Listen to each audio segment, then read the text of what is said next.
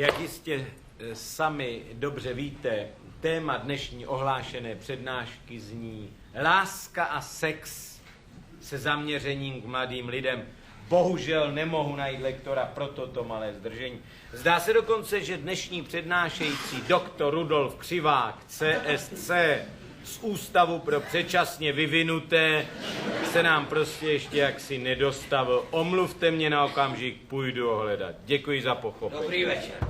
A tady jste, dobrý večer. Já jsem Křivák. Doktor Křivák. Jenom Křivák, víte, já si na tituly nepotrpím. Celý život jsem byl Křivák a Křivákem zůstanu až do smrti, to vám slibuju. Já jsem charakter. No dobře. Téma dnešní besedy je vám doufám známo. Ano. My bychom se tak nějak v té naší besedě chtěli zaměřit, kdybyste dovolil, především na mladé. No podívejte se, přátelé, asi takhle. Já jsem s tím počítal. To je dobře.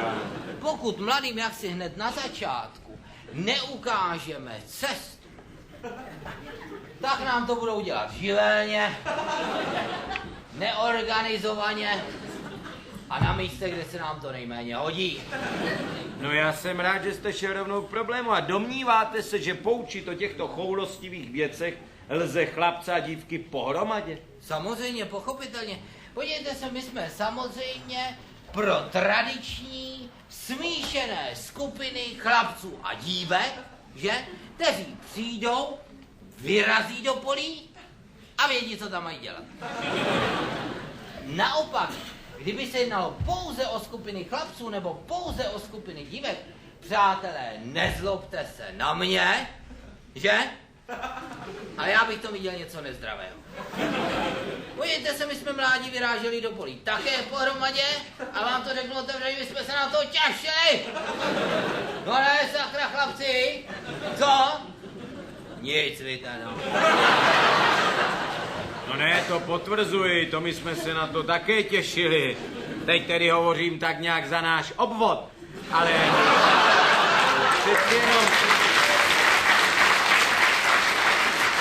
přeci jenom nehrozí mladým nějaké nebezpečí. To víte, že hrozí.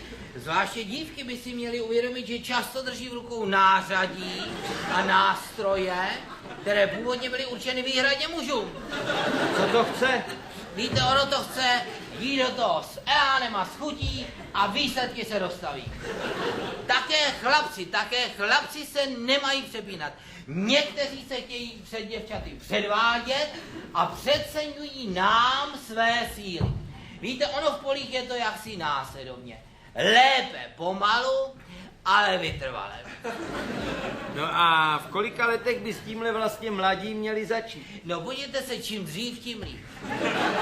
Pokud si nám mladý člověk, přátelé, zvykne pohybovat se na zdravém vzduchu, tak se mu tato činnost zalíbí natolik, že se k ní potom bude vracet již sám a jak my říkáme, bez vyznání. Jak říkáte? Vlastně bez vyzvání. No a co když přijde dítě? No to je zajímavý dotaz. Přátelé, pokud přijde dítě, tak nastává takzvaná jiná situace. Jaká? Žena matka je načas nucena se s pracovním kolektivem rozloučit. Zde vidíme ten moment té odluky a věnovat se povinnostem matky. Ovšem, jakmile žena matka jaksi již cítí, že již jaksi harant, který děťátko povyrostlo, má se samozřejmě opět vrátit do kolektivu, který s radostí uvítá a v rychlosti ukáže, co je nového. No a co láska, doktore Křivák? Jaká láska, člověče, to by toho mladí lidé mnoho neudělali, že? No, nezlobte se na mě, doktore, já vás tady poslouchám pozorně, ale já si na okamžik musím vzít slovo. No prosím. Víte, mně je sympatické, že o těchto věcech hovoříte tak nějak nově, bez předsudku, a na druhé straně mě zaráží, že preferujete sex.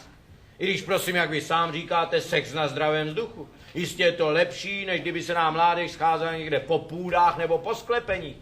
Ovšem vy úplně opomíte citovou stránku mladých.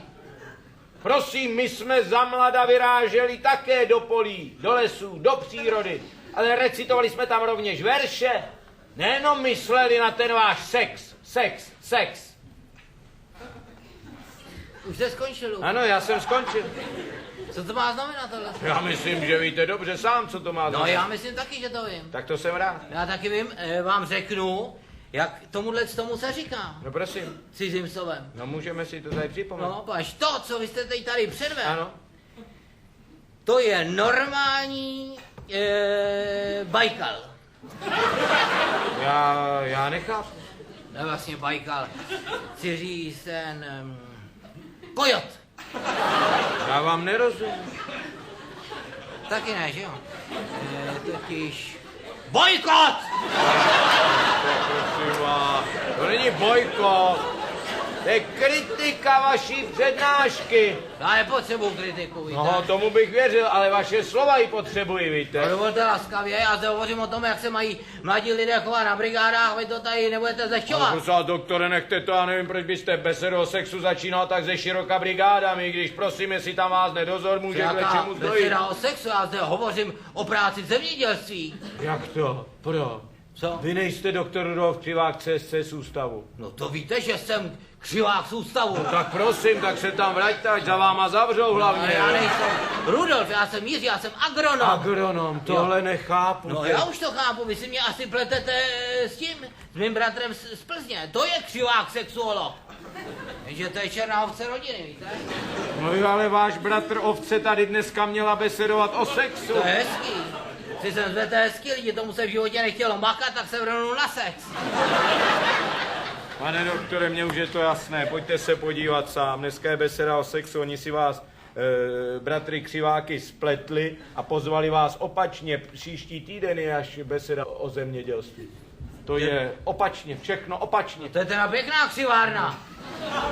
Tak já jsem táhnu lopatu až Solomouce a vy tady suverénně na mě vyrukujete se sexem, jo? No a prosím vás, když už to takhle dopadlo, nemohli byste o sexu pohovořit vy. Jistě jste doma od bratra leco zaslechl. To víte, že bych mohl o sexu No pohovořit. tak prosím. Co je na tom? Brácha z toho dělá vědu, ale já ne. A vy tyhle ty věci řešíte jak, prosím? Normálně počkám si na čápa a mám to vyřešený. Pardon, na koho si počkáte? No na páča. Na čápa. Na čápa, No. člověče, na jakýho čápa? No na toho, co mě nosí děti, ne?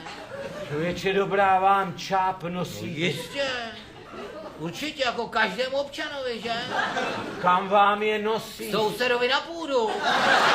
Manželka ho tam chodí vyhlížet, protože já na to nemám čas.